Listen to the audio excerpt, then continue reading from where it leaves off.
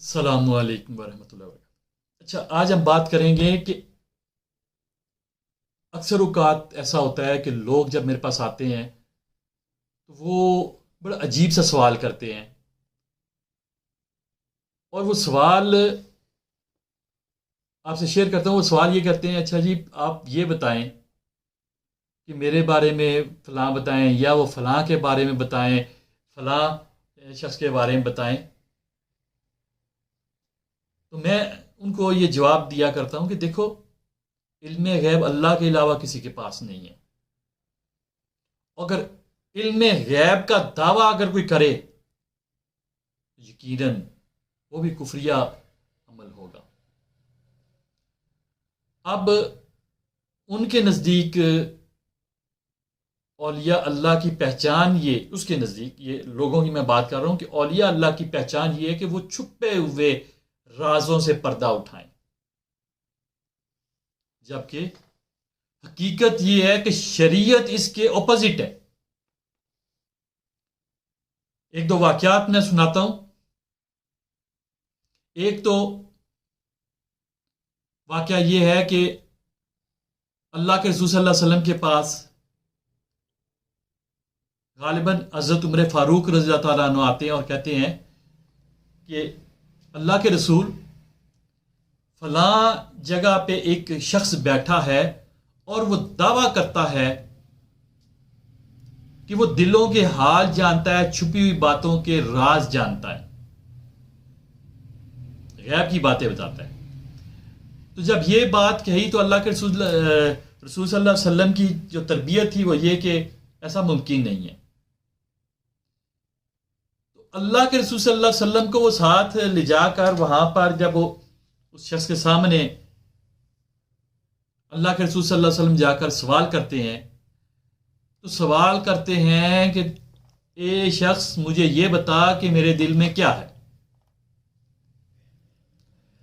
کچھ دیر کے لیے وہ شخص خاموشی سے دیکھتا ہے، سوچتا ہے، اور پھر غور کر کے کہتا ہے، آپ کے دل میں ہے دکھ۔ دکھ عربی میں دھوئیں کو کہتے ہیں، دھواں۔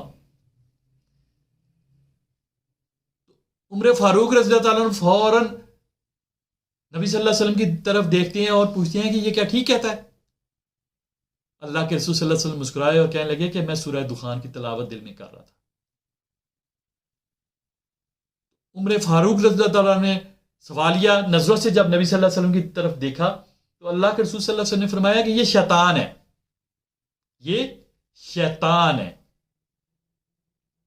اب یہاں پر یہ بات ڈیفائن کر دی کہ جو چھپی ہوئی باتوں کا راز بتا رہا ہے، کھول رہا ہے، تو وہ کون ہے؟ جادوگر، وہ کاہن ہے۔ اس کی کہانت جو ہے وہ واضح ہوتی ہے اس عمل سے۔ تو اب اللہ کے رسول صلی اللہ علیہ وسلم نے یہ بات کیا کہ تو اس کو تو کافر قرار دے دیا، بتا دیا کہ یہ شیطان ہے، یہ کافر ہے۔ لیکن آج ہمارے معاشرے میں ان چیزوں کو اولیاء اللہ کا ایک درجہ دے دیا جاتا ہے۔ ایسی کوئی بات اگر کوئی بتائے یا ایسی بات کوئی کسی کے ساتھ شیئر کرے، یہ جائے کہ اکثریت میں صرف ایک سمجھ لیں کہ فراڈ ہوتا ہے، صرف وہ باتوں کی حد تک یہ سب کچھ ہوتا ہے، حقیقت میں ایسا کچھ بھی نہیں ہوتا۔ مگر اب دوسرا واقعہ عمر فاروق رضی اللہ عنہ کے دور میں ہی پیش آیا۔ عمر فاروق کیونکہ اس ٹائم امیر المومنین تھے، ان کو ایک شخص نے آ کر کہا، فلاں جگہ پہ مجھے پتا چلا ایک شخص ہے، وہ چھپی باتوں کے راز بتاتا ہے۔ عمر فاروق رضی اللہ عنہ نے کہا کہ وہ کافر ہے۔ اچھا، پھر یہ چلے گئے اس بات کی تصدیق کرنے کے لیے کہ آیا کہ حقیقت میں ایسا ہے یا نہیں۔ جب چلے گئے وہاں پر تو عمر فاروق رضی اللہ عنہ نے دیکھا کہ وہ ایک بجری کے اوپر بیٹھا ہوا ہے، جیسے کہ آج ہم ملنگ دیکھتے ہیں، گندے، بدبودار اور بال پڑے ہوئے، بری حالت، ویسے وہ بیٹھا ہوا ہے، مجنون سا دکھائی دیتا ہے.